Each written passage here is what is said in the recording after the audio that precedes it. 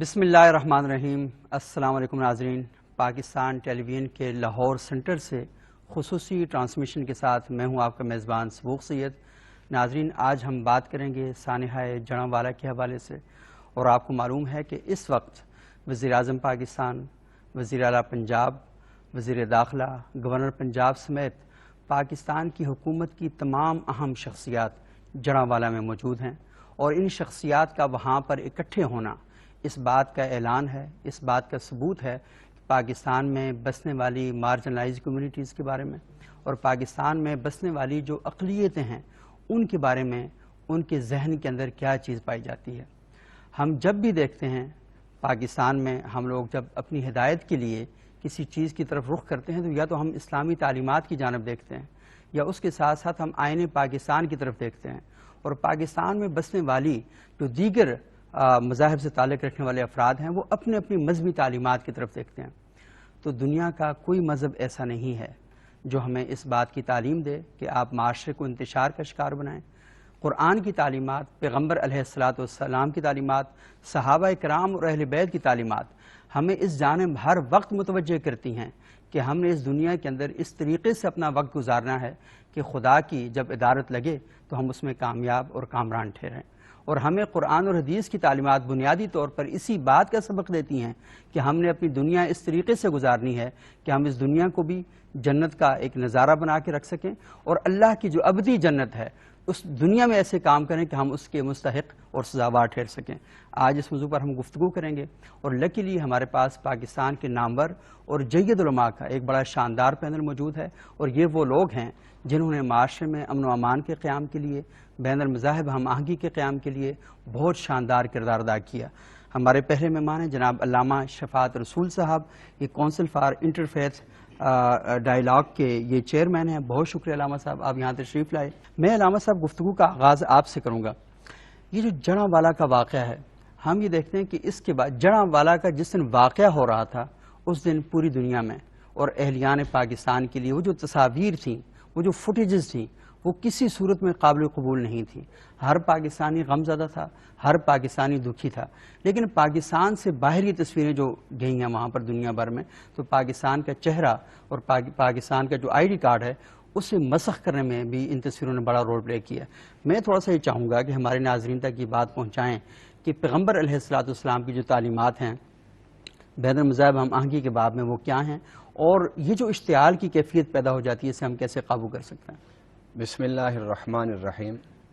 یا ایھا الذین آمنوا لا یجرمنکم شنآن قوم علی الا تعدلوا، صدق اللہ العظیم۔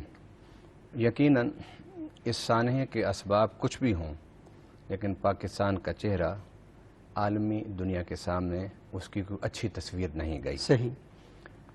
اس لیے کہ پاکستان جو ترقی کی جن مراحل سے اب گزر رہا ہے اور جن بحرانوں سے گزر رہا ہے، ان بحرانوں میں ہمارے ملک سے امن، سلامتی اور پیار کا پیغام جانا چاہیے۔ صحیح، بالکل۔ میں یہ سمجھتا ہوں کہ اس سارے سانحے کے پیچھے وہ قوتیں ہیں جو پاکستان کو پھلتا پھولتا نہیں دیکھنا چاہتی۔ صحیح۔ اسباب کچھ بھی ہوں، جس طرح بیان کیا جاتا رہا کہ قرآن پاک کی اہانت کی گئی، صحیح۔ پیغمبر اعظم صلی اللہ علیہ وسلم کے بارے میں کچھ کم و بیش بولا جاتا رہا، لیکن اس کے ساتھ ساتھ یہ بھی خبریں ہم تک پہنچی ہیں کہ ان اشخاص کے خلاف ایف آئی آر درج ہو چکی تھی۔ صحیح۔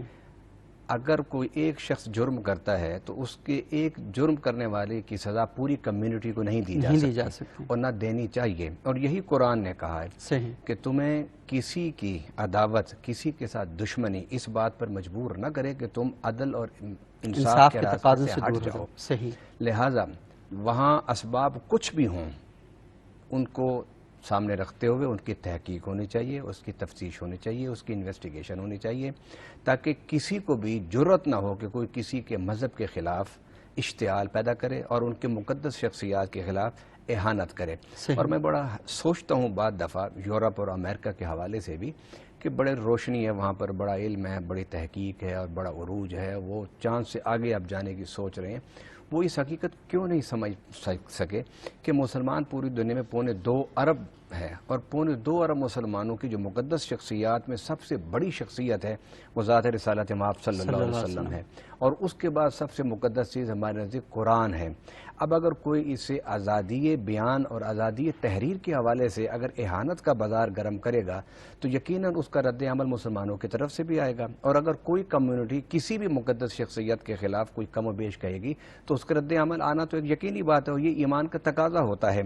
میں یہ سمجھتا ہوں کہ عالمی حالات کچھ بھی ہوں لیکن ہم پاکستانیوں کو پھر بھی کسی ایک یا دو فرد کے غلطیوں کی سزا کمیونٹی کو نہیں دینی چاہیے، اور علامہ صاحب آپ یہ بھی دیکھنا کہ یہ ہمارا نقطہ نظر ہے جو آج تک ہم مغرب کو سمجھا رہے ہیں کہ جو دہشت گرد عناصر ہیں ان کا اسلام کے ساتھ اور اسلامی تعلیمات کے ساتھ کوئی تعلق نہیں ہے، اور جب دنیا یہ کہتی ہے کہ کسی ایک کے ایکشن کو وہ سب کی پالیسی اس پر بنا دیتی ہے تو ہم بھی احتجاج کرتے ہیں۔ تو یہاں پر بھی سیم ایسے ہی ہوا کہ اگر کسی ایک شخص کا عمل ہے تو اس ساری کمیونٹی کے ساتھ کیسے آپ نے کر دیا، اس کا کوئی تعلق ہی نہیں بنتا۔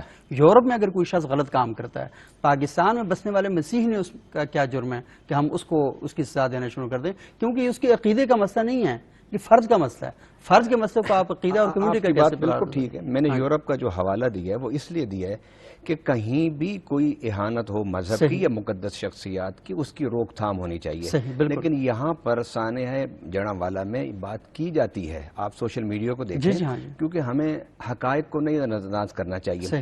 میں کہتا ہوں کہ اگر کسی نے اہانت کی بھی ہے تو اس پر تو ایف آئی آر کٹ گئی تھی اور اس کو تفتیش بھی شروع ہو گئی تھی، تو اس کے بعد پوری کرسچن کمیونٹی کو سزا دے کر اپنے پاکستان کا امیج خراب کرنا، اور میں سمجھتا ہوں کہ ہمارے یہ جو کرسچن لوگ ہیں یعنی جو یہاں نان مسلم ہیں وہ اتنے ہی پاکستانی جتنے آپ اور میں پاکستانی ہیں، اسی زمین کے باشندے ہیں۔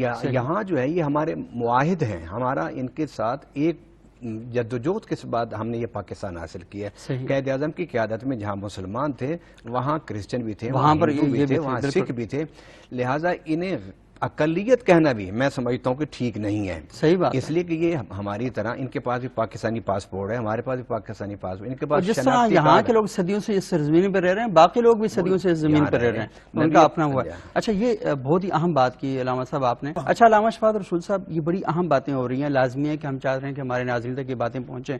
قرآن ہمیں ایک فلسفہ دیتا ہے، وہ یہ کہتا ہے تعالوا الی کلمۃ سواء بیننا وبینکم، آؤ اس کلمہ مشترک کی جانب جو ہم میں اور تم میں مشترک ہے۔ آپ نے ایک ادارہ بنایا ہے کونسل فار انٹرفیتھ، اب یہ دیکھنا کہ اس کا مطلب کیا ہے۔ اس کا مطلب ہرگز یہ نہیں ہے کہ آپ یہ کہہ رہے ہیں کہ میں اپنے عقیدے کو سرنڈر کرتا ہوں، تم بھی سرنڈر کرو، آؤ ہم اکٹھے بیٹھتے ہیں، نہیں، آپ یہ کہہ رہے ہیں کہ آپ کا اپنا عقیدہ ہوگا، میرا اپنا عقیدہ ہوگا، مشترکات میں ہم آپس میں اکٹھے بیٹھتے ہیں۔ تو لوگوں کو یہ بات کیسے سمجھائیں، لوگوں تک یہ بات کیسے پہنچائیں کہ قرآن کی تعلیمات یہی ہیں، یہ سوسائٹی ڈائیورس سوسائٹی ہے، یہاں پر تنوع ہے مزاجوں کا، زبانوں کا، علاقوں کا، مذاہب کا، اس تنوع کے ساتھ ہم نے سوسائٹی کے اندر رہنا ہے۔ دیکھیے، نبی پاک صلی اللہ علیہ وسلم پر جب قرآن پاک نازل ہوا تو اس کی روشنی میں آپ صرف میثاق مدینہ کو ہی دیکھ لیں۔ بے شک بے شک، بالکل۔ یہ تو آئے جو آپ نے پڑھے نا، قل یا اہل الکتاب تعالوا الی کلمۃ سواء بیننا وبینکم، کہ جنگوں سے نہیں مسئلے حل ہوتے، آؤ بیٹھ کے مسئلہ حل کرتے ہیں۔ اور پھر قرآن کا یہ اعلان ہے لکم دینکم ولی دین، تمہارے لیے تمہارا دین، ہمارے لیے ہمارا دین۔ اور میثاق مدینہ یہ تاریخی انسانیت کا سب سے پہلا ریٹن ایک ایگریمنٹ ہے، اس سے پہلے کوئی تاریخی ریٹن ایگریمنٹ نہیں تھا۔ اس میں نبی پاک صلی اللہ علیہ وسلم نے جس چیز کو سب سے بلندی پر رکھا وہ تھا لا اکراہ فی الدین، کہ دین میں اکراہ نہیں ہے۔ سب سے بات جو نمایاں میثاق مدینہ کی تھی وہ مذہبی آزادی تھی۔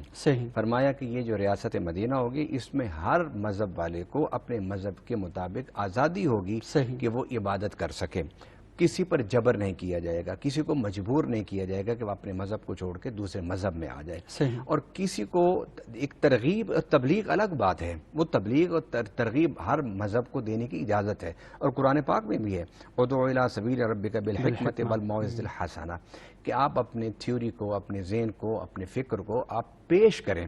اور نبی پاک صلی اللہ علیہ وسلم کو قرآن پاک میں بار بار ارشاد فرمایا گیا ان علیک الا البلاغ، اے میرے پیارے نبی صلی اللہ علیہ وسلم آپ پر صرف بلاغ ہے، کھول کھول کے اپنے دعوے کو دلیل کے ساتھ پیش کرنا ہے. صحیح. اسی طرح قرآن پاک میں قُلِ الْحَقُّ مِن رَبِّكُمْ فَمَنْ شَاءَ فَلْيُؤْمِنْ وَمَنْ شَاءَ فَلْيَكْفُرْ.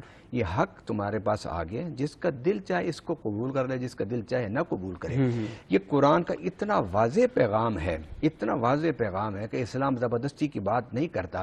اور میثاق مدینہ کی بنیاد پر جو پہلی ریاست نبی پاک صلی اللہ علیہ وسلم نے قائم کی، یہ دنیا میں پہلی ریاست تھی کہ جس میں مذہبی طور پر آزادی تھی، ہر ایک کو آزادی ہوگی. اب آپ آئیے اس کے ساتھ ایک بڑی اہم بات میں کرتا ہوں کہ حضور صلی اللہ علیہ وسلم کے ساتھ جو جنگ کرنے والے لوگ جنگ کے دوران اگر سرنڈر کر دیتے تھے، تلوار پھینک دیتے تھے، تو حکم تھا کہ ان کو بھی قتل نہیں کرنا. تو ایک صحابی نے کہا اصل ہو سکتا ہے کہ وہ مرنے کے خوف سے کلمہ پڑھ رہا ہو. تو فرمایا حل شکک تا قلبہ، کیا تم نے اس کا دل پھاڑ کے دیکھا ہے کہ وہ خوف سے کلمہ پڑھ رہا ہے یا یقین سے کلمہ پڑھ رہا ہے. یہاں تک کہ راستے میں جاتے ہوئے اگر میدان جنگ سے گزر رہے ہیں یا دشمن کے لوگ سامنے آ جاتے ہیں، ان میں بوڑھے ہیں، اس میں بچے ہیں، اس میں عورتیں ہیں، ان کو بھی گزر پہنچانے سے اسلام نے روکا ہے. اچھا علامہ صاحب، یہ آپ بہت اچھی باتیں کر رہے ہیں اور یہ ساری کتابیں لازمی آپ اپنے سے تھوڑی کر رہے ہیں. یہ قرآن میں موجود ہیں، صحابہ اکرام کی زندگیوں میں موجود ہیں، احادیث کے اندر موجود ہیں. مجھے بتائیں یہ باتیں ممبر و محراب پر کیوں نہیں کی جاتی؟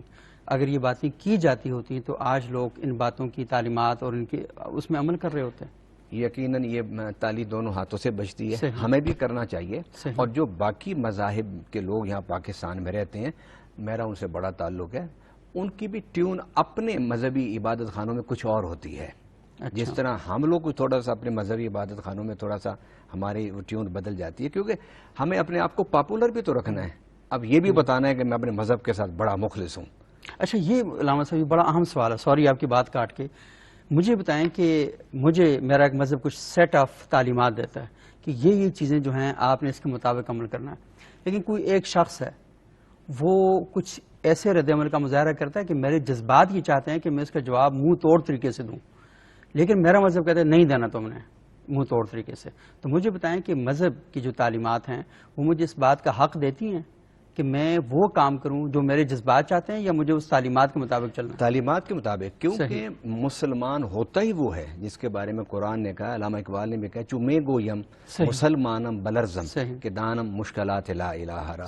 زبان سے اپنے آپ کو مسلمان کہنا تو بڑا آسان ہے، لیکن زبان سے کہہ بھی دیا لا الہ تو کیا حاصل، دلوں نے کہا جو مسلمان نہیں تو کچھ بھی نہیں. اچھا، اب ہمیں پریکٹس کرنی ہے اسلام پر. میں تو سمجھتا ہوں کہ کسی بھی مذہب میں نے مختلف مذاہب کو پڑھا ہے، جس طرح ہمارے ساتھیوں نے بھی بات کی ہے کہ مذہب کسی کے بارے میں اہانت کا نہیں درس دیتا. آپ حضرت مسیح علیہ السلام کے واقعات کو پڑھ لیں، اس میں مجھے تو کہیں بھی نہیں ملا کہ انہوں نے کسی بھی مذہب کے خلاف کسی کو ابھارا ہو، بلکہ اس وقت حضرت مسیح علیہ السلام کا مقابلہ یہود سے تھا اور وہ مسیحیت کے بڑے سخت دشمن تھے. ان کے ساتھ بھی حضرت مسیح علیہ السلام نے بڑی محبت کا رویہ رکھنے کا حکم دیا، اور قرآن پاک میں ہے. اس سے بڑا کوئی اصول اور قانون انٹرنیشنل نہیں ہو سکتا. قرآن نے کہا وَلَا تَسُبُّوا الَّذِينَ يَدْعُونَ مِن دُونِ اللَّهِ فَيَسُبُّوا اللَّهَ عَدْوًا بِغَيْرِ عِلْمٍ. تم کسی کے معبود کو برا نہ کہو، کہیں وہ پلٹ کے بے علمی کی وجہ سے تمہارے خدا کو برا نہ کہہ دے. اگر تمہارے خدا کو کوئی برا کہے تو تمہاری دل آزاری ہوگی، تو تم اگر کسی کے خدا کو کہو گے تو اس کی بھی دل آزاری ہوگی. اور میں قرآن کی بنیاد پر یہ دعویٰ کرنا چاہتا ہوں آپ کے اس پروگرام کے حوالے سے کہ محمد صلی اللہ علیہ وسلم ہمارے پیغمبر نے، ہمارے آقا نے ہمیں یہ درس دیا ہے کہ مومن وہ ہوگا جو پہلے ان تمام انبیاء پر ایمان لائے اور پھر اس کے بغیر وہ مسلمان ہو ہی نہیں سکتا. بہت شکریہ. بڑی اہم بات آپ نے کی ہے کہ مسلمان کے لیے تو لازم یہ ہے کہ وہ دیگر انبیاء کی تعلیمات پر اس پر ایمان لائے گا تو وہ مومن ٹھہرے گا، قرآن جو بتاتا ہے ہمیں. اچھا علامہ شفاعت رسول صاحب، یہ تھوڑا سا بتائیں کہ صرف معاملہ یہاں تک کہ محدود نہیں ہے نا، کیونکہ اب جو پہلے جو تھوڑی بہت ہم دیکھتے تھے کہ سیاسی رہنماؤں کی تقریریں ہیں، وہ تقریر کرتے ہیں، سیاسی رہنما یا مذہبی رہنما کہ 200 500 1000 بندہ بیٹھا ہوا ہے، لاؤڈ سپیکر کی آواز جہاں تک جاتی ہے یا کتاب جہاں تک جاتی ہے. اس وقت جو ہمارے پاس یہ جو آلے ہیں نا، یہ اصل میں تباہی بربادی، ان کا تو استعمال اچھا یا برا ہم خود کر سکتے ہیں، لیکن جڑوں والے واقعے کے اندر بھی اور دیگر واقعات کے اندر بھی ہم نے دیکھا کہ سوشل میڈیا نے بہت ٹریگر کیا. فیک نیوز ہم بنا دیتے ہیں اور اس کو آگے پھیلانا شروع کر دیتے ہیں.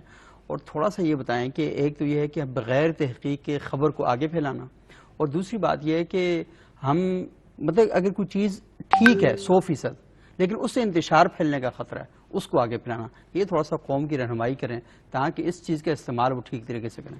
سورۃ الحجرات میں اللہ تعالیٰ نے بڑا واضح فرمایا ان جاءکم فاسق بنبأ فتبینوا. صحیح. کہ اگر کوئی شخص ایسا شخص جسے تم جانتے نہیں، اگر جانتے ہو تو وہ قابل اعتماد نہیں ہے، اس کا کریکٹر اچھا نہیں ہے، ایسے بندے کی خبر سننے کے بعد اسے آگے مت پھیلاؤ، صحیح، بلکہ اس پر تحقیق کرو، اور تحقیق کرنے کے بعد جب آگے بات کرو گے تو تم آنے والے وقتوں میں ندامت اور شرمندگی سے بچ جاؤ گے۔ اب نبی پاک صلی اللہ علیہ وسلم کا یہ بھی فرمان بڑا واضح ہے، فرمایا اس شخص سے بڑا جھوٹا انسان کوئی نہیں جو ہر خبر سننے کے بعد آگے منتقل کر دے اور وہ تحقیق نہ کرے، اور وہ سنی سنائی باتیں آگے پھیلانے والا اس سے بڑا جھوٹا اس کوئی سے نہیں۔ بڑا کوئی جھوٹا نہیں ہے۔ صحیح، میرا خیال یہ ہے کہ اگر ہم لوگ اپنے مذاہب کو صحیح سمجھنا شروع کر دیں تو انشاءاللہ تعالی ہمارے اندر اخلاقی طور پر بڑی اچھائیاں پیدا ہو سکتی ہیں۔ صحیح، اس کے ساتھ نبی صلی اللہ علیہ وسلم کا ایک فرمان ہے کہ اطلب العلم من المہد الی اللحد، کہ علم حاصل کرو ماں کی گود سے قبر کی لحد تک۔ صحیح، اب در حقیقت سب سے پہلا ہمارا جو ادارہ ہے، ہمارا جو مدرسہ ہے، ہمارا انسٹیٹیوشن ہے، وہ ماں کی گود ہے۔ صحیح، جب آپ ماں اچھی نہیں دیں گے اس سوسائٹی کو تو وہ ماں اچھی جنریشن کیسے دے گی؟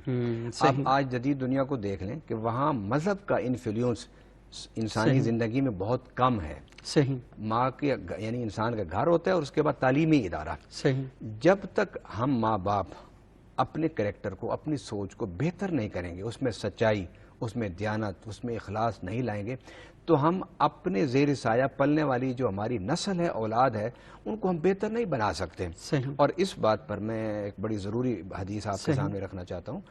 مجھے یہ بتائیے کہ مذہب کے ساتھ یہ کہاں آ گیا ہے کہ تنگ نظری؟ اب نبی پاک صلی اللہ علیہ وسلم نے ہمیں دین دیا تو وہاں پر نجران کا وفد مسجد نبوی میں آیا اور حضور صلی اللہ علیہ وسلم سے مسجد نبوی میں ملا اور وہیں بیٹھ کر حضور سے گفتگو ہوئی۔ تو وہ تھوڑی دیر کے لیے اٹھ کے جب جانے لگے تو میرے آقا نے ان سے پوچھا تم کہاں جانا چاہتے ہو؟ ان کا حضور ہماری عبادت کا وقت ہے، ہم مسجد سے باہر جا کے عبادت کرنا چاہتے ہیں۔ تو میرے آقا نے فرمایا تم نے اللہ کا نام لینا ہے اور یہ اللہ کا گھر ہے، یہاں بیٹھ کے تم عبادت کر لو۔ در حقیقت اسلام کا جو بہترین نظریہ حیات ہے اور تصور حیات ہے وہ تصوف ہے۔ آپ دیکھیں حضور خواجہ معین الدین چشتی اجمیری رحمۃ اللہ علیہ تنے تنہا اجمیر آئے تھے، بلا تفریق کسی مذہب مسلک کے، آپ نے اپنے دروازے سب کے لیے کھولے تھے۔ جب آپ کا جنازہ اٹھا تو لاکھوں لوگ آپ کے جنازے کو کندھا دینے کے لیے بےتاب تھے۔ ہمیں مذہب سے نفرت، تنگ نظری، تعصب اور حقارت اس کو نکالنا ہوگا اور اپنے دروازوں کو ہمیں انسانیت کے لیے کھولنے ہوں گے، کیونکہ رب العالمین نے قرآن میں رب العالمین اپنا تعارف کرایا اور حضور صلی اللہ علیہ وسلم کے بارے میں فرمایا رحمت للعالمین، اور قرآن میں کے بارے میں فرمایا ان هو الا ذکر للعالمین۔